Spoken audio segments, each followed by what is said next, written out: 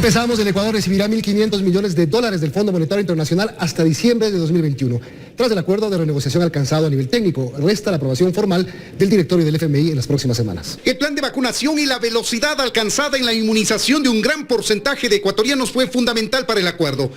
Eso lo destaca el Fondo Monetario Internacional, que este miércoles junto al ministro de Economía y Finanzas anunció el acuerdo de renegociación con desembolsos de hasta 1.500 millones de dólares hasta diciembre de este año. El Fondo Monetario desembolsará cerca de 800 millones de dólares para esta revisión, y una vez que se complete la siguiente revisión, que sería a fines de año, desembolsaría otros 700 millones de dólares. En total, 1.500 millones de dólares del Fondo Monetario este año. Y en total, con los créditos de todos los multilaterales, el Ecuador recibirá algo más de 4.500 millones de dólares hasta 2025. El acuerdo fue anunciado a nivel conceptual, sin las consabidas metas cualitativas y cuantitativas que comprenden reformas legales y esfuerzos económicos del gobierno con compromisos específicos. El gerente del Banco Central lo definió así. El primero es garantizar el crecimiento sostenible, que respete el medio ambiente. El segundo es generar empleo de calidad para la ciudadanía. El tercero es promover la transparencia en la administración de los recursos públicos y ordenar las finanzas públicas. Y el cuarto es fortalecer la dolarización y proteger los depósitos de la ciudadanía. Lo que hizo el Fondo Monetario Internacional es revisar las metas cumplidas por el gobierno anterior hasta abril y las del gobierno actual hasta agosto, que fueron cumplidas en su totalidad, según el Fondo Monetario Internacional, con una sola excepción.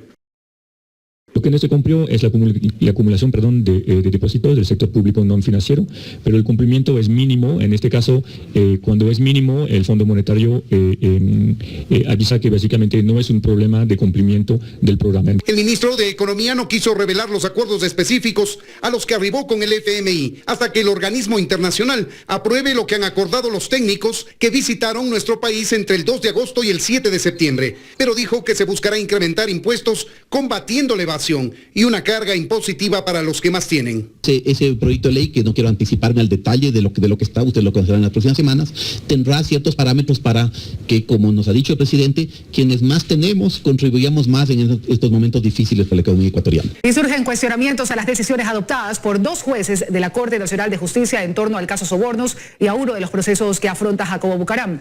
Dichos jueces fueron posesionados a inicios de este año. Les contamos de qué se trata. Ambos fueron designados hace casi 8 meses, el 28 de enero de 2021, como parte de quienes se sumaron a las filas de la Corte Nacional de Justicia tras el concurso de oposición y méritos, en el que se escogieron además otros 9 jueces y conjueces de la máxima instancia de justicia nacional. Se trata de Walter Samno Macías Fernández y Byron Javier Guillén Zambrano, ambos manavitas, quienes obtuvieron 80,86 y 80,83 puntos respectivamente en el proceso de selección.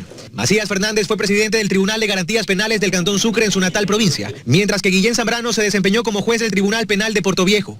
Hoy ambos integran la Sala Especializada Penal, Penal Militar, Penal Policial, Tránsito, Corrupción y Crimen Organizado. Y algunas de sus decisiones ya han causado controversia. Por ejemplo, esta sala, presidida por Macías Fernández, resolvió que la fase de ejecución de penas del caso Sobornos baje de la Corte Nacional de Justicia a jueces de primer nivel, debilitando el caso a criterio de la Fiscalía, pues se ordenó que sean jueces con jurisdicción en cada una de las ciudades donde constan los domicilios de los sentenciados, quienes ejecuten, por ejemplo, las reparaciones económicas, los pedidos a Interpol y demás, pese a que el fuero de corte de los implicados obliga a que ese proceso sea llevado por la Corte Nacional de Justicia, como ha ocurrido con Alexei Mosquera y Jorge Glass en el caso Odebrecht. En el país no se ha dado eso porque son los jueces de segunda instancia los que tienen la competencia para resolver todo lo relacionado con ese juicio. Es un principio diferente al principio que rige en materia civil. Sin embargo, la decisión fue tomada por la mayoría con voto de los mencionados jueces, 4 contra 3. Votaron en contra Daniela Camacho, Mercedes Caicedo y Javier de la Cadena. Es un problema jurídico en donde la norma no es muy clara y yo espero de que exista en el Pleno de la Corte Nacional de Justicia la unificación de criterios. En lo personal, cuando me ha correspondido a los casos pasados, mi opinión ha sido que es competencia de los propios jueces que dictan la sentencia condenatoria de la Corte Nacional de Justicia. Pero no es la única decisión que ha levantado cuestionamientos, pues con votos de los jueces Macías y Guillén, se otorgó un habeas corpus en favor de Jacobo Bucaram, que obliga a una jueza de la Corte Provincial de Pichincha a repararlo económicamente y pedirle disculpas públicas. La Comisión de Fiscalización de la Asamblea aprobó con 6 votos el informe recomendando el juicio político al defensor del pueblo, Freddy Carrión, por incumplir sus funciones como autoridad por 2 motivos: el uso de bienes públicos y no respetar el toque de queda. El informe además recomienda que se inicie un proceso de control político en contra del exministro de Salud, Mauro Falconi. El informe será entregado a la presidenta de la Asamblea este jueves y se espera que se pueda debatir en el Pleno la próxima semana. Media tonelada de droga fue encontrada en una lancha rápida que era arrastrada por un buque pesquero de bandera ecuatoriana. Los 19 tripulantes de la embarcación fueron detenidos, pues serían integrantes de una organización narcodelictiva que opera en las costas de Manabí y Esmeralda. Eran 14 sacos, 13 completamente llenos y uno a la mitad. Al interior iban estos bultos, bloques o paquetes tipo ladrillo de droga cuidadosamente embalados. Se calcula que media tonelada de cocaína era el cargamento camuflado en un operativo conjunto entre la Dirección de Espacios Acuáticos de la Armada y la Policía Nacional. El pasado 3 de septiembre fueron encontrados en una de las 5 lanchas rápidas que el barco pesquero de bandera ecuatoriana, Popeye 1, arrastraba. Mediante técnicas especiales de investigación iniciadas hace 5 meses atrás, se consiguió identificar una organización presunta de narcotraficantes que a través de un barco pesquero realizaba apoyo logístico de arrastre y reabastecimiento de combustible a lanchas rápidas que transportan sustancias sujetas a fiscalización. Son fibras que salen desde las costas de Manabí y Esmeraldas con destino a Centroamérica, donde entregan la droga que en Estados Unidos los cárteles esperan. Los 19 tripulantes del Popeye 1 fueron detenidos. Tanto la tripulación como la evidencia la estamos poniendo en conocimiento para empezar el trámite de judicialización con las autoridades del caso. Continúan las muertes violentas en Guayaquil. Esta tarde 2 personas fueron asesinadas en el sector El Fortín, en el noroeste de la ciudad. Efectivamente, la inseguridad continúa latente en Guayaquil, pues esta tarde se registró un nuevo caso de sicariato. Una pareja que se movilizaba en su vehículo alrededor de las 5 de la tarde en el sector del Fortín, en el noroeste de la ciudad, fue abordada por una moto con 2 ocupantes y ellos procedieron a dispararles en reiteradas ocasiones. Producto del hecho, el hombre falleció y la mujer fue trasladada a una casa de salud con pronóstico reservado. La inseguridad en las calles de Guayaquil continúa y también al interior de los centros penitenciarios, pues hasta el momento ya suman más de 120 muertes violentas en lo que va del 2021 en los centros carcelarios del país. La crisis penitenciaria... Que la crisis carcelaria está latente es evidente. Las más de 120 muertes violentas al interior de las cárceles en lo que va del año es muestra de aquello. Pero eso no es todo. El ingreso de objetos prohibidos no para y vienen desde los mismos llamados a poner el orden. Infraestructura dañada, escáneres que no sirven, hacinamiento. La lista es interminable. Tenemos un hacinamiento de alrededor de 12.000 personas privadas de la libertad. ¿Dónde los ponemos? Lo primero que salió a la luz fue la falta de jueces de garantías penitenciarios que resuelvan de manera oportuna beneficios de los PPL para salir en libertad. Los trámites se acumulan y los privados de libertad en la cárcel también. Y al menos 200 ecuatorianos permanecen detenidos en las diferentes estaciones de México tras intentar cruzar de forma ilegal hacia Estados Unidos. Existen 17 denuncias de ecuatorianos desaparecidos este año. Son hombres, mujeres y niños los que por varios días ya permanecen en los aeropuertos de Monterrey y Cancún en México. La Cancillería ecuatoriana confirmó la cifra. Al menos 200 compatriotas están retenidos en estas terminales aéreas a la espera de ser enviados a Ecuador. Según las autoridades mexicanas, los viajeros no pudieron comprobar que llegaban como turistas, por lo que serán deportados. Su regreso a Ecuador dependerá de la disponibilidad de los boletos de avión y su estado de salud.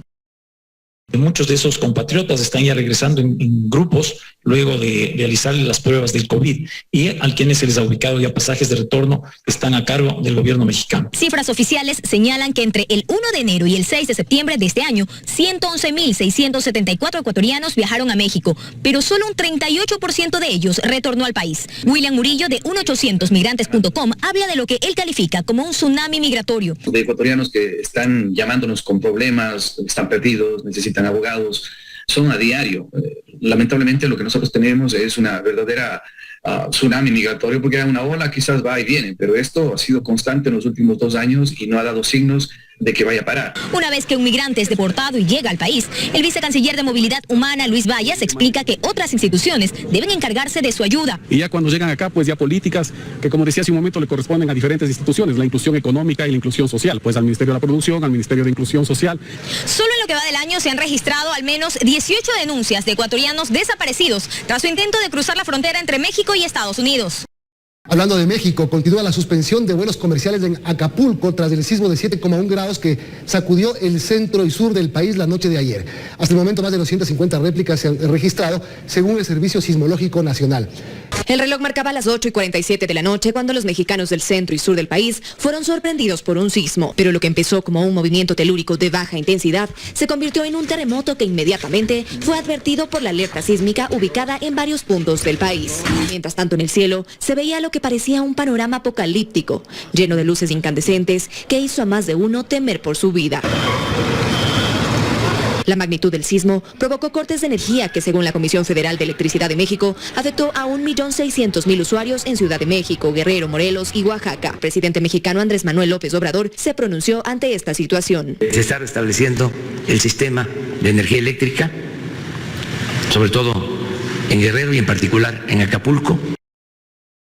Los deportistas olímpicos y paralímpicos que participaron en las Olimpiadas de Tokio recibieron un reconocimiento por parte de la Presidencia de la República. Un mes después de haber conseguido importantes títulos para el país, los 57 deportistas olímpicos y paralímpicos que participaron en Tokio recibieron este miércoles un reconocimiento por parte del gobierno ecuatoriano.